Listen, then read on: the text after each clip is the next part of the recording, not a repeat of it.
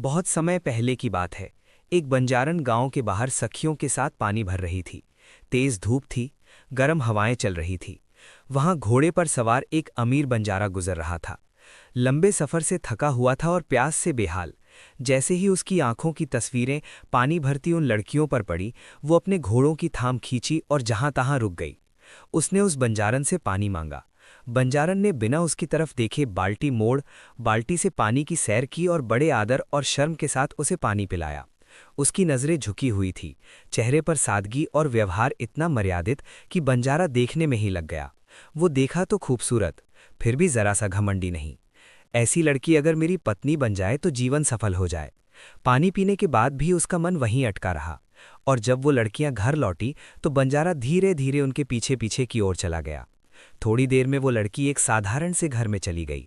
बंजारा भी कहीं रुका, घोड़े से उतरा और दरवाजे पर आवाज दी। कुछ ही पल में एक अधेड़ उम्र का आदमी सामने आया।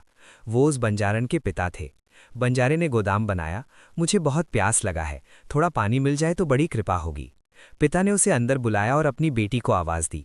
वही बंजारन फिर से आई, झुकी नजरें, शांत चेहरा, और वो उसे पानी पिलाकर अंदर चला गया। अब बंजारे ने मौका देखकर पूछा, आपकी ये बेटी क्या है? पिता ने कहा, हाँ। बंजारा बोला, शादी का कोई मतलब है या अभी बाकाया है? पिता ने जवाब दिया, अब तक बदसूरत ही है। ये सुनते बंजारे के दिल में खुशी की लहर दौड़ गई, लेकिन उसने खुद से पूछा, आपने अभी तक शादी क्यों नहीं की? पिता ने गहरी सांस ली। पिता ने कहा, मैं गरीब आदमी हूँ, ये किसी बड़े घर में नहीं चाहिए, क्योंकि मेरी बेटी बहुत सुशील और गुणवान है। मैं नहीं चाहता कि वो गरीबी में डूबी रहे।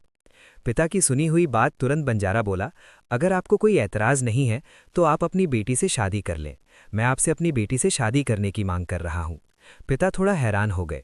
उन्होंने कहा कि आप बड़े घर के हैं।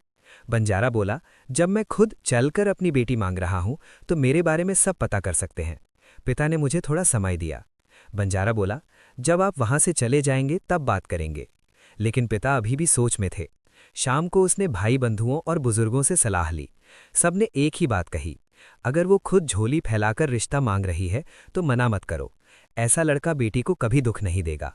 आखिरकार कंसल्टेंसी से पिता ने अपनी बेटी की शादी अमीर बंजारे से कर दी। लेकिन उन्हें क्या पता था, ये शादी उनकी जिंदगी का सबसे बड़ा बदलाव बनने वाली थी। शादी के बाद जंगल में ऐसा क्या हुआ कि बंजारन की पत्नी अकेले ही गायब हो गई? शादी के बाद रईस बंजारा अपनी नवविवाहिता पत्नी को लेकर अपने घर की ओर निकल गए। भारी यात्रा थी। चलते चलते शाम हो गई। उस समय यात्रा कई दिनों की हुआ करती थी, इसलिए रात होने पर उन्होंने जंगल में ही एक सुरक्षित जगह देखकर निरीक्षण डाल लिया। चारों तरफ के जंगली जानवरों, वनस्पतियों की सरसराहट और दूर की जगहों की आवाजें। उसी जंगल के पास एक तालाब था, जहां एक देहाती सा भोला भाला गडरिया अपनी बकरियां चरा रहा था। शाम होते ही वो अपनी बकरियों को पानी पिलाने के लिए तालाब पर ले आया। बकरियां पानी पीने लगी और वो गडरिया भी झुककर जिद्दी की तरह तालाब से पानी पीने लगा। थोड़ी दूरी पर बंजारा और उसकी पत्नी ये सब देख रहे थे। गडरिये को इस तरह पानी पीता देख बंजारे के चेहरे पर घमंड और तिरस्कार आ गया। वो अपनी पत्नी से बोला, देखो इस हरामखोर को, ये तो बकरी की औलाद है। बंजारन ने शांत स्वर में कहा, स्वामी, औलाद तो नहीं, इंसान की ही है, बस संगत का फर्क है। बंजारा फिर बोला, नहीं, ये बकरी की औलाद ही है। बंजारन फिर बोली, स्वामी नहीं, ये इंसान ही है। ऐसा 3 बार हुआ। हर बार बंजारा को नीचा दिखाना और हर बार बंजारन को शांति से जवाब देना। अब बंजारे का पागलपन उठाओ। वो टोटा हुआ से लाल हो गया और बोला, अभी शादी हुई है और तुम मेरी बात काट रही हो, आगे कैसे घर बसाओगी? फिर तोड़ दिया उसने, वो कह दिया जो किसी ने भी नहीं सोचा था, मैं अनौपचारिक संबंध विच्छेद हूं, जहां जाना है जाओ, मेरे घर मत आना। अगर मेरे घर आई तो मेरी तलवारें और प्रियजन होंगे। इतना कहकर वो उसी नवविवाहिता पत्नी को जंगल में अकेला छोड़ घोड़ों पर बैठाकर चला गया। एक पल में सब खत्म। बंजारन सहित खड़ी रह गई, आंखों से दुखावटी लागे। दिल टूट गया था। उसे समझ नहीं आ रहा था कि उसका अंत क्या हुआ। जिस इंसान के साथ उसने जिंदगी की दोस्ती की थी, उसे पहली रात ही छोड़ दिया था। वो फूट फूट कर रोने लगी। उनका रोना धोना गडरिया उनके पास आया। उसने आंकड़े से पूछा, तुम कौन हो? यहाँ इस हाल में क्यों रो रही हो? बंजारन कुछ देर चुप रही। उसके मन में बहुत कुछ चल रहा था। अब कहाँ जाऊं? पिता के घर जाऊं? उदाहरण का उत्तर क्या है? लोग क्या कहते हैं? गडरिये ने फिर बोला, बताओ ना क्या हुआ? तीसरी बार टिकट पर बंजारन ने फूल मांगे और बोली, आज ही मेरी शादी हुई थी, लेकिन मेरी पत्नी घमंडी और निर्दयी निकली। वो मुझे यहाँ अकेला छोड़ गया। गडरिया ये सुनकर कुछ समझ नहीं आया, लेकिन उनके दिल में मरहम लग गया। वो बोला, अगर मेरे पास कोई सहारा नहीं है तो तुम मेरे साथ चलो। आज से तुम मेरे धर्म की बहन हो और मैं धार्मिक भाई हूँ। इससे बंजारन को थोड़ी राहत मिली। उसके पास अब और कोई रास्ता भी नहीं था। वो गडरिये के साथ उसके घर जाने को तैयार हो गया। गडरिया अपनी बहनों को लेकर आगे आगे चली और बंजारन 80% पीछे पीछे चले गए। लेकिन उन्हें नहीं पता था कि यही फैसला उनकी किस्मत बदल देगा। और एक दिन वही बंजारन अपने ही पति को ऐसा सबक सिखाएगा जो वो जिंदगी भर नहीं भूलेगा। गडरिया, जो अब एक राजा बन चुका था, अपनी बहन के सामने खड़ी थी और बोला था, आज तुम जो मांगो मैं कंधे से कंधा मिलाकर दे सवारी। बंजारन ने शांत स्वर में कहा, भाई, तुम्हारे राज्य के प्रवेश द्वार पर चुंगी यानी कर योग्य होने के लिए एक खास आदमी की नियुक्ति करो, और जब भी फला नाम का बंजारा वहां आया तो उसे तुरंत पकड़कर कब्जा कर लिया जाए। राजा ने बिना पूछे कहा, जैसा तुम कहो। कुछ समय बीता। एक दिन वही हाली बंजारा यूएस की सीमा में हारू। जैसे ही उसने अपना नाम बताया, सिपाही ने तुरंत उसे पकड़ लिया। वो चिल्लाता रहा, मेरा कसूर क्या है, मुझे क्यों पकड़ा जा रहा है? लेकिन किसी ने कुछ नहीं बताया, बस इतना कहा कि राजा का आदेश है, और उसे जेल में डाल दिया गया।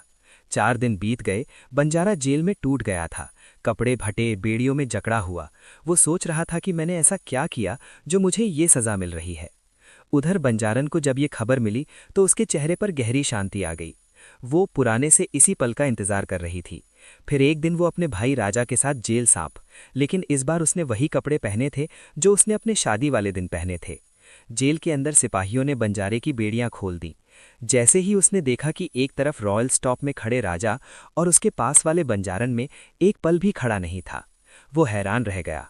कंपाती आवाज में बोला, तो तुम यहां?